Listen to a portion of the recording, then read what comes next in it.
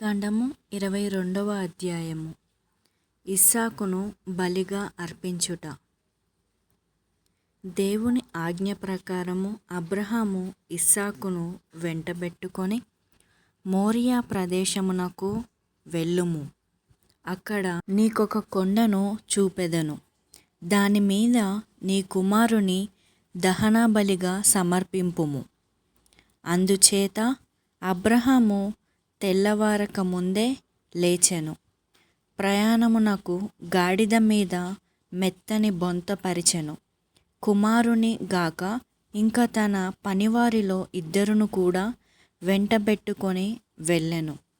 దహన బలికి కట్టెలు చీల్చి మోపు కట్టుకొని దేవుడు చెప్పిన చోటుకి బయలుదేరెను. అతడు తన పనివారితో, మీరు గాడిదతో ఇక్కడ నుండుడు, చిన్నవాడు నేను అక్కడికి వెళ్ళెదము. దేవునికి మొక్కులు చెల్లించి తిరిగి మీ వద్దకు వత్తును అని చెప్పెను. ఇస్సాకు తండ్రితో ఇలా అనెను. ఇస్సాకు తండ్రిని పిలిచి ఇలా అడిగెను. తండ్రి, నిప్పు కట్టెలున్నవి కదా, మరి దహనబలికి కావలసిన గొర్రెపిల్ల ఏది అని అడిగెను. దానికి అబ్రహాము, దహనబలికి కావలసిన గొర్రెపిల్లను దేవుడే సమకూర్చును అనెను. అబ్రహాము బలివేదికను నిర్మించి కట్టెలు పేర్చెను. కుమారుడు ఇస్సాకును బంధించి బలివేదిక మీద పేర్చిన కట్టెలపైన ఉంచెను. అంతటా అతడు చెయ్యి చాచి కుమారుని చంపుటకు కత్తిని తీసుకొనెను.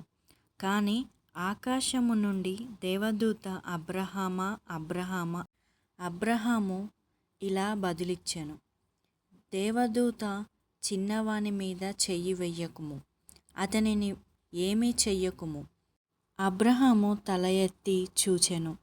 అతనికి దగ్గరగా పొదలో కొమ్ములు చిక్కుకొన్న పొట్టేలు కనబడెను. అతడు వెళ్ళి పొట్టేలును తీసుకొని వచ్చెను.